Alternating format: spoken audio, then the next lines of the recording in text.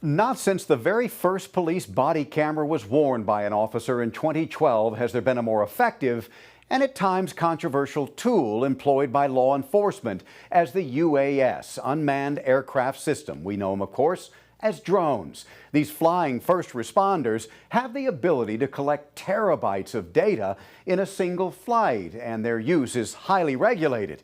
For now, the Bend Police Department's use of drones took off about a decade ago, giving officers a lay of the land and a chance to better understand what they're up against before the first officer ever arrives. It is technology that has truly offered an elevated response. When more than 70 law enforcement agencies converge on a small Oregon mountain town to learn about the dozens of benefits packed into this small device, it really does say something about that local program. And from one end of the country to the other, the Bend Police Department has built a reputation as being one of the most proficient users of drone technology. So a couple things unique about it, very small. Protected props. That's because you can imagine going through a doorway or something like that. Since 2016, Bend PD has launched into an ever-expanding drone program, starting with a single operator 10 years ago. Today, there are a dozen, and this nifty little climate-controlled hangar on top of the Public Works building that can launch a drone within a few seconds of an emergency call coming in. So if the call's on the south side of town, one of our drone operators needs to head there, get theirs out of the trunk, and go with it. Gotcha. But if something happens at 8th and Greenwood, that's the first one going.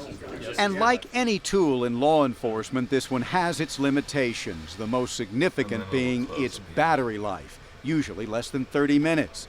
Canyon Davis is a Bend PD crime scene investigator. Like when we get a call, we get over there, we get on scene and we start doing our work, and then now we're planning on we need to get another drone pilot out there to come relieve this drone because we can't stay on site forever. Still, drones offer this department something it had never had before. Time to assess, time to plan, time to act, even when there's little time. I've spent a lot of time in the command post through my career. Most of that time I've been completely blind. Other than what was coming over the radio, I'm trying to make command level decisions, but I haven't seen the house, I haven't seen the suspect, I haven't seen the lay of the land. The drones change all of that. As an example, it was a drone that likely changed the outcome of an incident not too long ago, where a woman claimed to have a gun and planned to use it on police officers when they arrived. Ultimately, what they were able to do is get a drone in close enough to where they finally were able to see that it was a stick that looked like a firearm. Kranz admits the alternative could have been devastating. A woman in a mental health crisis holding a stick, shot by police, potentially sacrificing an innocent life and public trust in law enforcement. Bend PD has even used drones to follow suspects, as in this case from 2022. Officers simply held back, letting the drone wear out the suspect on the run, giving those officers the chance to move in without incident. I'm confident that every member of this community would want police officers to be as informed as possible with as much information as possible, why they're responding to a call before they take action. And that is no doubt true. However, these eyes in the skies have strict guidelines set up under Oregon state law. Drones are prohibited for surveillance without a warrant. The only exception is in extreme emergencies where there's not time to notify a judge. They can be used for search and rescue operations, reconstructing an accident scene, and during an emergency declared by the governor. And police drones are not allowed to carry any weapons. Much of that nearly changed this year with Senate Bill 238.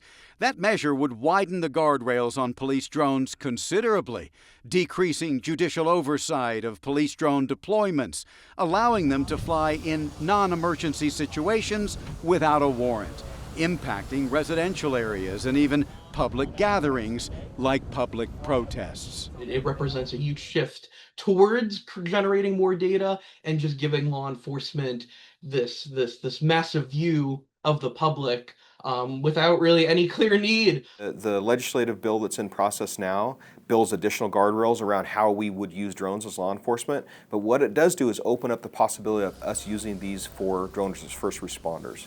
and meaning that we could use these on any legitimate law enforcement call where public safety is an issue. Were the floodgates opening? Not this year. Strong public pushback stopped the bill from passing the House. Still, State Senator Anthony Broadman supported the measure for what he believes it did for public safety. I mean, my goals are to protect workplace safety for officers, protect people who are, in our community who are having interactions with police officers. Broadman and others in the state legislature are sure of one thing: drones are here to stay. And as that technology evolves, so too will their use by law enforcement. But perhaps the biggest question to answer anytime the guardrails are widened: what will become of the terabytes of data collected through the lens and microphones of these flying recorders? On the issue of privacy, would you support making sure that whatever bill gets through, or at least gets your vote, allows for the public to see that data? We have a robust array of civil liberties protections. And I would expect any legislation that is going to change law enforcement activity to comply with that right of a person to be safe and private in places where they have an expectation of privacy. Those can be fragile protections in today's world. Again, history has shown us, especially in communities of color, how easily these technologies can be disproportionately deployed to just increase over-policing, discriminatory policing, protectional policing, all of those dangers. And so it's key that we have as close to real time as possible, data about what the drones are doing, where, why. When you have perhaps the state's most advanced drone program, it's hard not to see it grow with your community, to squeeze every ounce of public safety capability out of it. Ben PD supports any legislation that lets them do just that. I would make the argument there is a whole host of public safety calls that we could be more effective on if we were allowed to use the drone. The state legislature will, of course, have to draft a new bill if it wants to try again in expanding the use of law enforcement drones. And it's important to note here that the ACLU and other organizations that testified on Senate Bill 238 feel they were heard, and they expect to be heard again. It's also important for you to understand all of the benefits and the drawbacks of this kind of elevated response to your safety and your privacy. I'm David Clue, Central Oregon Daily News.